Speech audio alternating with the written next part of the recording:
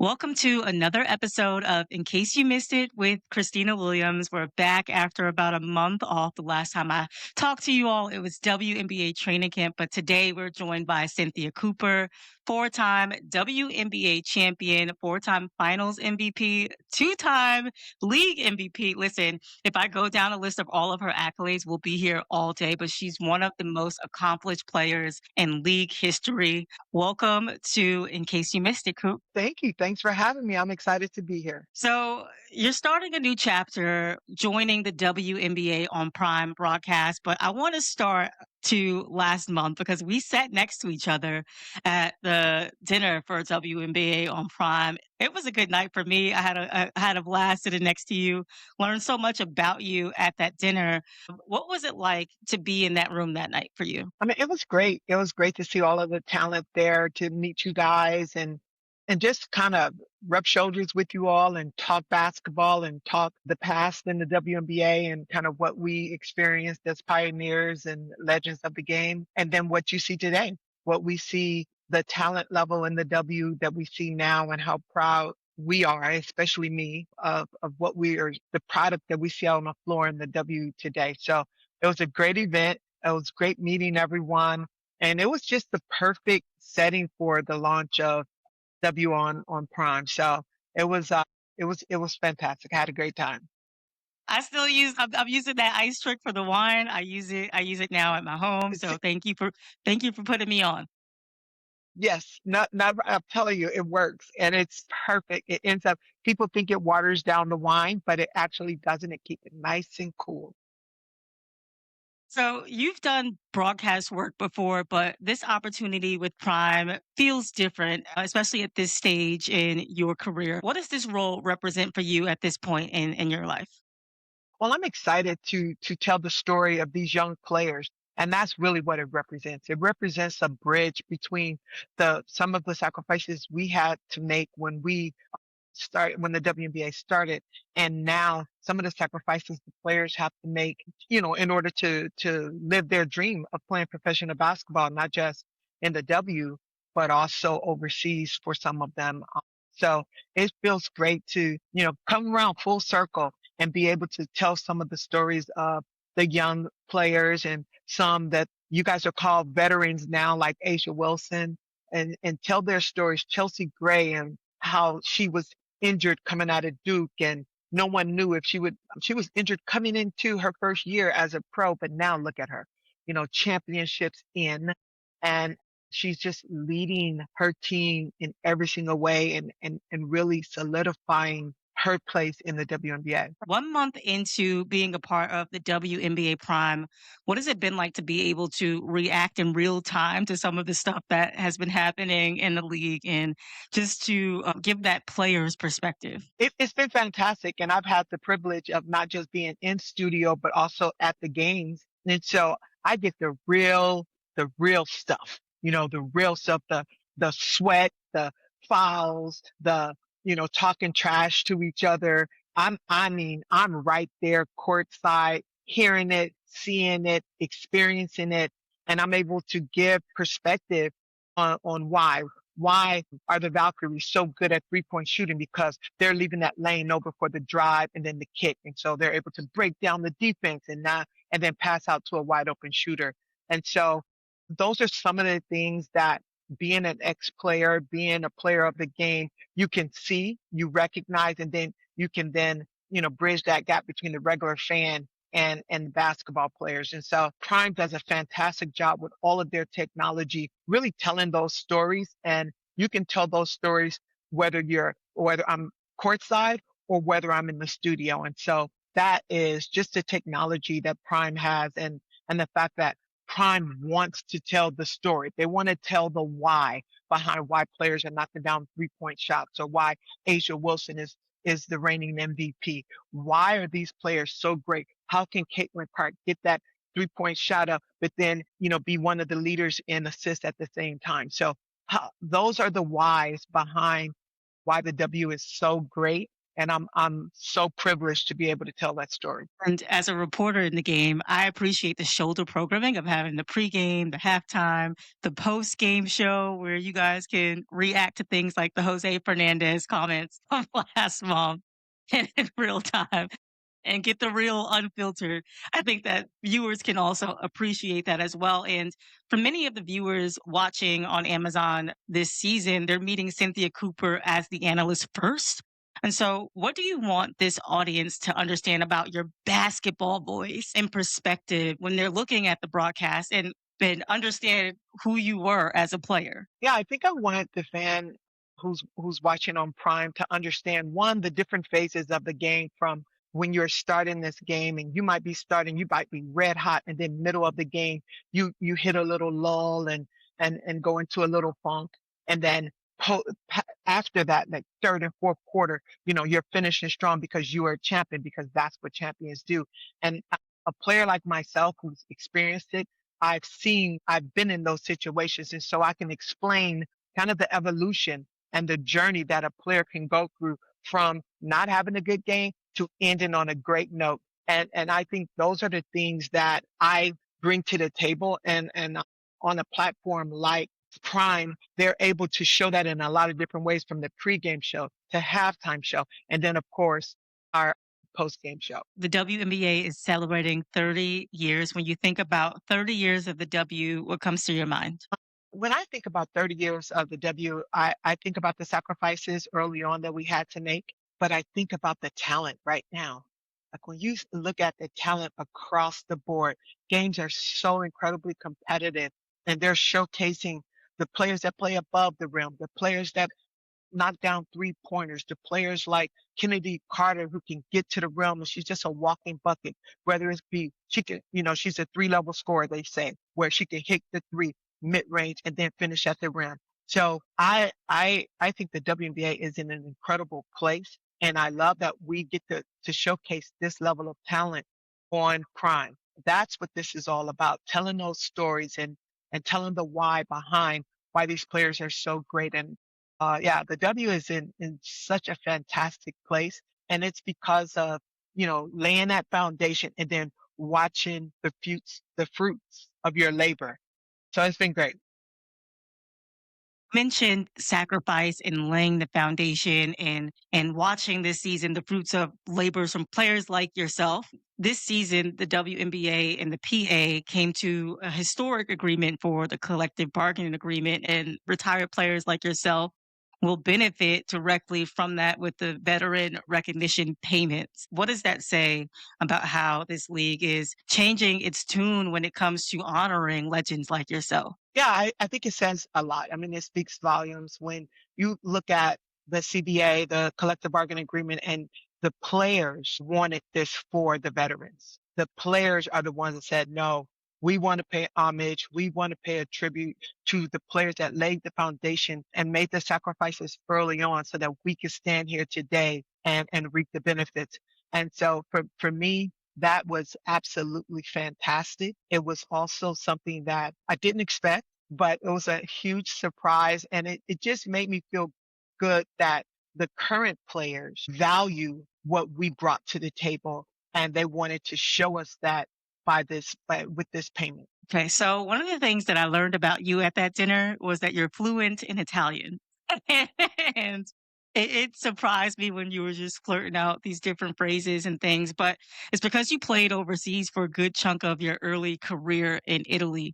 What's a moment from that time that still sticks with you when you think about that chapter of your career before you entered the W in 97? Well, I loved my time in Italy. The thing that stuck out the most for me was the fact that, I was a kid from the inner city who had barely been out of Los Angeles or been out of California. And now all of a sudden I'm living in Italy, and I'm living in a city called Parma where they make Parmigiano Reggiano, prosciutto di Parma, and I'm actually I'm living as an Italian in Italy and not a foreigner. So learning the language, the thing that stuck out to me the most was my travel. So I would travel to Venezia, to Firenze, to Roma. I would go down to Sicilia and experience the culture in real time. And so that was the number one thing that stuck out to me. Just not just sitting in the cities that I played in, but actually going and experiencing the culture as a inner city kid from Watts who had no idea the world was this big. So incredible how basketball can take you to so many places. When you think about that inaugural season of the W in 1997, when the WNBA became a reality, what made you believe it was that next step for your career when you were already establishing yourself overseas as a great player and at 34 as well? Yeah, I think what made it interesting for me was that the whole fact that, you know what? I am coming home. I'm coming home, and I knew the WNBA would be successful because it was coupled with the NBA. And I knew the big brother NBA wouldn't allow the little sister WNBA to fail. And so I was so excited that the NBA has started the WNBA. That was first. And then secondly, I was like, yo, you're going to let me come back to America, play basketball in front of my family and my friends, and you're going to pay me?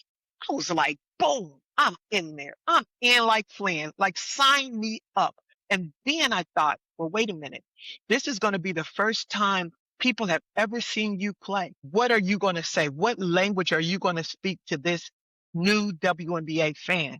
And so that's when I decided, I'm like, look, I'm bringing my A game every single night. And I'm sorry, New York. I'm sorry, New York Liberty, because there was no way I was going to play bad in Madison Square Garden. No way. I'm like, yo, you let me play in Madison Square Garden? I'm coming back from spending 10 years overseas. Oh no, y'all get my A game every night. And before, the incredible career with the Houston Comets, I want to talk about USC because you were like the hometown hero, joining a team that was pretty elite in terms of the roster, the culture of winning. How did that shape the standard for what you considered was good enough and what it meant to win? Well, USC was a unique journey for me. Once again, coming from the inner city, going to a private university who had a level of excellence that I didn't know about. I had never experienced that coming growing up. And so being under the umbrella of USC, and they taught me what it was to win, what it was to excel, what excellence looked like, and what you should strive to be and how you should carry yourself every single day. And so I wanted to be a part of that. I wanted to be a part of that rich legacy and foundation that USC has, and USC really opened the windows of the world to me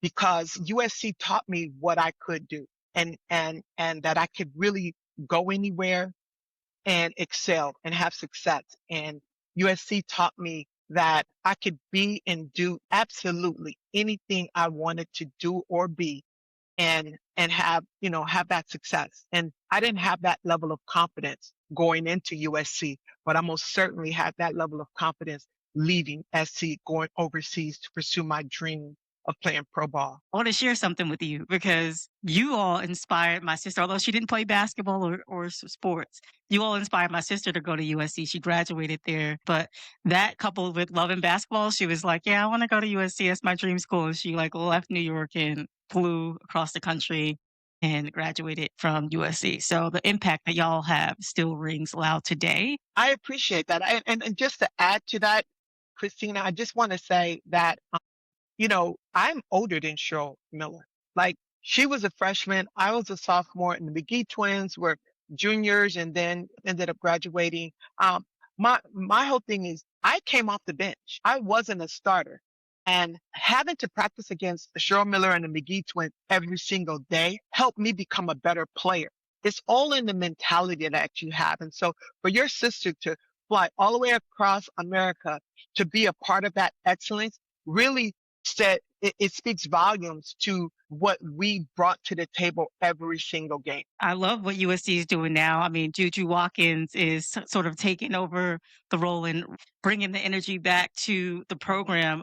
What are your thoughts about Juju and her run at USC right now? Well, that's what we do from in Watts. We come from Watts and then we go to USC and we show up and show out. And that's what Juju is doing. I love everything that Juju is doing. Juju is a different player off the court than she is on the court. She's so understated. She cares about the community. She is almost a little shy. And then she jumps on that court and she is an absolute superstar. She can get it done. And she not only can score, knock down a three, get to the rim, lead your fast break, run the point guard position, two guard, whatever, wherever she wants to play. But she also makes her teammates better. And she loves basketball, and she has made not just the fan base fall in love with basketball, but her teammates fall in love with the sport. And her coaching staff does such a fantastic job with putting each player in the place that they need to be in order for the team to be successful. So Juju has really changed the culture and at USC and just really the sky is the limit for her. There's a lot of talk in today's game about dynasties, and you were a part of one of the greatest dynasties in WNBA history. When people talk about the Houston Comets, what's the first thing that they usually get wrong about the Comets? I think the thing that they get wrong about the Comets is that everything was so easy back then because, we didn't have the level of talent that you see in the W now.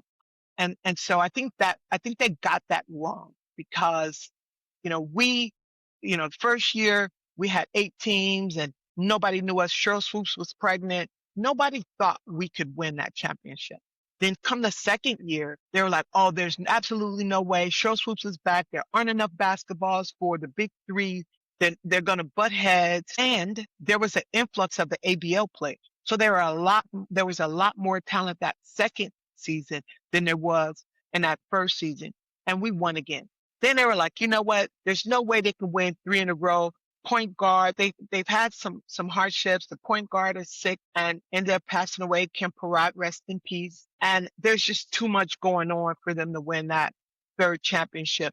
And we just rallied together and really made it about our point guard and our friend and teammate Kim, and won that third championship for number 10.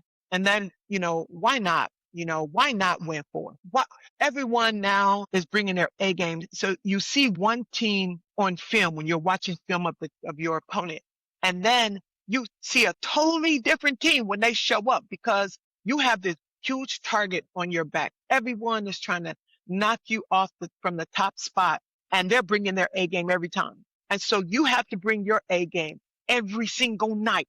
For 4 seasons, we had to do that every single night in order to win 4 championships in a row. So that wasn't easy. And I'll tell you right now, whether we could do it with this WNBA or not is irrelevant because we did it when it was our turn.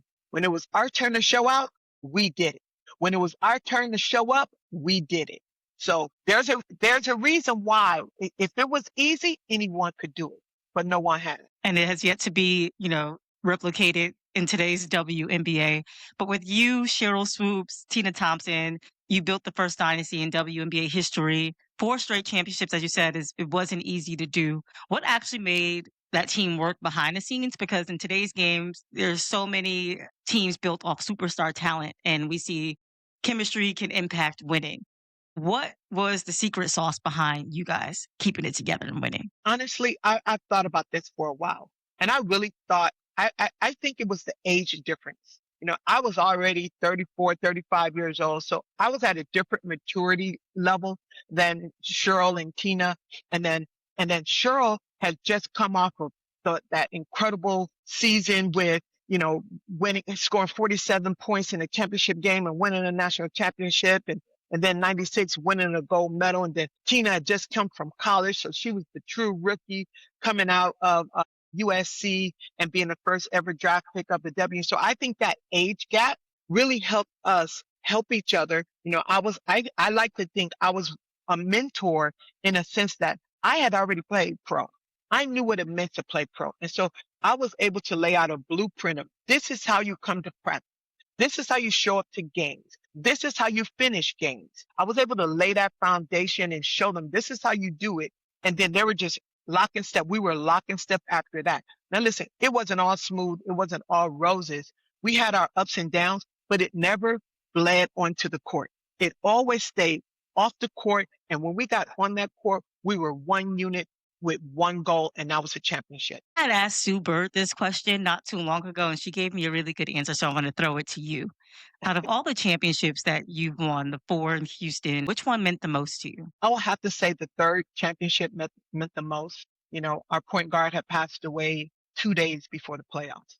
And, in those moments, you have all of these excuses and reasons to underachieve, to not finish. And instead of giving ourselves an excuse, we gave ourselves a reason to be successful. And we turned that negative situation into something positive, and we're able to pay a tribute to a fallen soldier, someone that meant so much to not just the team, but the city of Houston in Kim Parat. And people don't know that 6 months earlier, my mom had passed. So my mom had passed in February and Kim passed in August. And I will tell you, those were some of the toughest days that I've ever lived and experienced. And people say, well, how did you get through it? I didn't walk. Sometimes I had to crawl through those days. But that was a championship I thought, it meant the most to us. And we probably had the most adversity. And it would have been so easy to let all of that, overwhelm us and stop us from winning that championship. But we didn't let it. We won that championship. Love that. And you played your best basketball during each of those runs because you were able to get four finals MVPs, two MVPs, one unanimous. Do you think your game gets properly ranked in the all-time conversation? Do you pay attention to stuff like that? Rarely pay attention to all time conversations like the GOAT conversations. It's because, you know, everything is relative. So the the conversation that's happening in 2026, people have already forgotten who they said was the GOAT in 2020, or who they said was the GOAT in 2017. So I know they're not thinking about Cooper when from 1997 before they were even born. So I think it's very relative, but I will say that I would drag, just like I dragged back then, I would have dragged in this WNBA because of my mentality, right? Because of my work ethic, because I was always able to rise to the occasion. And you see it now in players like Asia Wilson, able to rise to the occasion, having a so-so year, and then she took off, the shackle, and she just started playing last year. That's why they were able to win a championship. And then everybody played, they came to play with her. And so that's the mentality that I brought to every practice and then every game, every season. And so I think that's what set me apart. And I don't know a lot of players, even in today's game, that have that. Comets are coming back to Houston in 2027. How did you find out about this and what was your reaction? I know you've been a huge part of the rollout so far. Yeah, so I was surprised. Actually, first, let me go back a little. I was heartbroken that we didn't get like an expansion team. So I was like, man, we're still going to be like 2 years. I'm calculating it in my brain, like, oh, 2 years out, 3 years out. Even if they do give us a team, an expansion team, it's still going to be maybe, 2 or 3 years from now. Then all of a sudden I started hearing rumblings of the purchase of a team and a team moving into Houston. And then I thought, I changed my mindset. I'm like, oh, so if they do that, then that means we're going to immediately have a team. We're not going to have to wait for. And I'm doing all the calculations. So, but then it went kind of blank. It went kind of dead. You didn't really hear much about it. And then I thought, man, it's not going to happen. So, but when I got the news from the Rockets and Gretchen and Ryan, I knew it was going to happen. I was so overjoyed. Like to know that we were going to have the Comets back. It just warms my heart. I'm super excited. I want to be a part of everything, the rollout, getting the fans back into the arena, community. I want to be a part of the front office. I want to be a part of everything so that we teach the team that's coming from Connecticut to Houston who the Houston Comets are, and the legacy that we laid down. The new version of that team will have some huge shoes to fill. Before you get out of here, I have a couple more. I want you to put on your analyst hat now because I'm going to ask you a little bit more about today's game and what you see. First off, I want to start with when you're watching the WNBA today on the WNBA on Prime, what stands out to you the most about where the game has evolved? What stands out to me the most when I watch the game, the W on Prime, I it's the level of talent on every team. I mean, the 3-point shooting this year has been absolutely off the charts. The different strategies of the coaches, from the pick and rolls, the high pick and rolls, to the driving kick offenses, to the Spain action, pick the picker action. There's just so many coaches that are confronting the game strategically in different ways that it makes it so exciting to watch. So I think the W is in the perfect place. I'm most excited just to watch the different level of talent that you see out on the court every single game. Certainly have an advantage being a former player, former coach, and now you're in the analyst chair.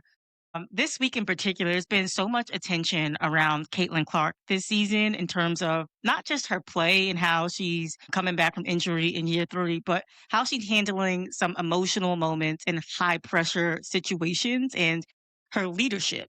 And you know what it's like to be a franchise player. You know what it's like to win. You know what it's like to play at the highest level.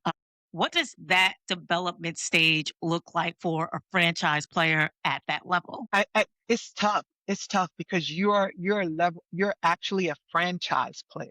You're carrying a franchise. And to be honest, in some ways, she's been, carrying a league. She elevated a league. So I know there's a lot of pressure on Caitlin, and I know she's not always reacting in the way she would want to, but I give her grace. Honestly, I give her grace because I've been in that situation. I've been in a situation where everything is on your shoulders and you don't feel like you're getting a call, or you are getting, and I've reacted different ways. But the difference is I didn't have all the cameras on me. I didn't have everybody watching my every move.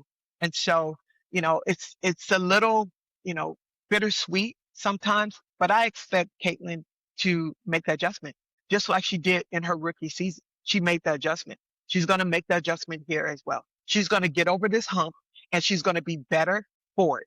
And we are going to be better for it. I know the pressure is on her right now and she feels like it's smothering her, but it will get better. It'll get better. It'll get easier, and her game will rise to the top, because that's what Cream does. It rises to the top, and she's going to get over this tough moment right now. A little bit earlier, you mentioned your mentality was the thing that separated you, and you also said that Asia Wilson sort of reminded you of that and how she handles her team and leadership. What else do you think is the huge separator between Asia Wilson and everyone else? Because as of right now, you and both Asia Wilson are the only players in league history to get that unanimous MVP title. I told Asia a couple years ago, she was they were fighting for their second championship in a row, and she had asked, what does it take to win back-to-back championships? And I told her, it takes you being better tomorrow than you were yesterday. You can't be the same tomorrow as you were yesterday and expect a better result, right? And I think she took that to heart, because now what you see, I think what separates Asia Wilson from a lot of the players in the W is that you never see the same Asia. You see Asia this year knocking down 3-pointers at a 60% clip. You see Asia hitting her patented mid-range shot. She's not just going to the rim. She's not just shooting a turnaround jumper. So you get a different version of Asia every year. You get a better version of Asia every year. That's what separates her. She continues to grow. She continues to get better. She continues to show that there is no I've arrived. I've got to get better every single year. And that's her mantra. Like, that's the player you see every single year fighting for a championship. And then the MVPs just come as a consequence of the championship, right? Of her hard work and of her. These championships come because she puts in the work every year. She doesn't just sit back and say, okay, we won a championship, I'm MVP, I have my shoe out, and doesn't get better. She gets better. You see a different version, a better version every year. Storylines are you locked into, and what should people pay attention to this season on Prime? Pay attention to our work, our body of work, us telling our stories. And I think the storylines for me is who is going to be the WNBA champion for 2026 with so much parity in the league and so many teams fighting to be the best and made some offseason changes to their roster. Who's going to be the champion? I think that's going to be the best storyline for the W, especially as we tell it on Prime. And so, for me, who's going to rise to the top when it's time for it's time for you to take your game to another level. I can't let you get out of here since you sort of let in with who's going to be the champion. We're going to end with your prediction. Who do you think is going to be the 2026 champion based off what you've been able to see in the first month? I know it's way too early, but what do you think? Yeah, it's super, super early right now, but who would have thought that the Minnesota Lynx would be sitting on top of the standings right now without their star Nafisa? Who would have thought that? No one. No one would have thought that. But with Olivia Miles and such a great coaching staff in Minnesota, I think they're going to be one of the ones to fight for a championship. I don't think you can count the Las Vegas Aces out just because they have Asia and no one else does. Then they also have Kennedy Carter coming off the bench. You have Chelsea Gray and Jackie and the whole crew that shows up for them every single year, every single season. Of course, one of the best coaches in the W in Becky Hammond. So I think New York is going to have something to say about it as well. So my prediction, I'm not going to bet. I was thinking New York earlier, but I can't bet against the Las Vegas Aces showing up and showing out again. Love that. I love that. And I love that you mentioned Minnesota because you can't count out a team coached by Cheryl Reeve. She's been doing an incredible job as one of the most winningest coaches in WNBA history. So I love your prediction. And we have it right here. And Cynthia, I want to thank you for joining us this week on In Case You Missed It. You guys tune into her all season long on the WNBA on Prime. Appreciate you joining us this week. My thanks for having me, Khristina.